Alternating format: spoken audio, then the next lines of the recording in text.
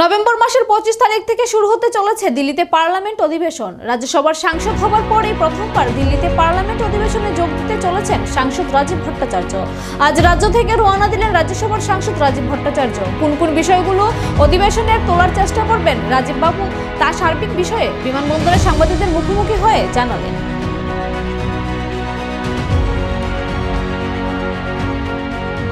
না দেখুন, ইতিমধ্যেই আমরা সবাই জানি যে আমাদের দেশের যশস্বী প্রধানমন্ত্রী নরেন্দ্র মোদীজি এই উত্তর পূর্বাঞ্চল আর বিশেষ করে ত্রিপুরা রাজ্যকে উন্নয়নের জন্য একটা সমৃদ্ধশালী এবং ত্রিপুরা রাজ্যকে একটা উন্নত জায়গায় মানে না চাইতেই সব দেওয়ার ব্যবস্থা আমাদের মোদীজি আমাদেরকে করেছে। তার পাশাপাশি যে জিনিসগুলি প্রাধান্য রয়েছে, যেমন আমাদের হেলথ সেক্টরকে ঢেলে সাজানোর জন্য আমাদের রাজ্যের মাননীয় মুখ্যমন্ত্রীও উদ্যোগ গ্রহণ করেছে।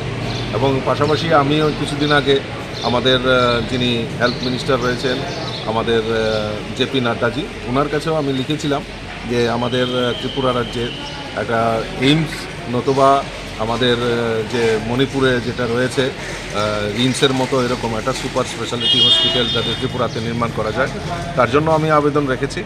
তো আশা করি সেই বিষয়গুলি নিয়ে আলোচনা হবে এবং ত্রিপুরা রাজ্যের জাতি জনজাতি উভয় অংশের মানুষ সম্মিলিতভাবে যেভাবে এই রাজ্যের উন্নয়ন দরকার সেটা যাতে আরও ত্বরান্বিত হয়। এবং আপনারা ইতিমধ্যে জানেন যে আমাদের ন্যাশনাল হাইওয়ে কাজ শুরুয়াত হয়েছে, এইগুলি কাজগুলি ত্বরান্বিত করা, এই বিষয়গুলি নিয়েই নিশ্চয়ই আলোচনা হবে এবং আমিও সেইগুলি বিশেষভাবে গুরুত্ব দিয়ে যাতে এগুলি করা হয় তার জন্য আবেদন রাখি। কেন্দ্রীয় সরকারের নিশ্চয়ই এই প্রসঙ্গ যদি আসে নিশ্চয়ই এইগুলি এবং বিল যেটা আসবে বিলের উপর আলোচনা হবে, সেগুলি নিশ্চয়ই আলোচনা করা হবে। Thank you.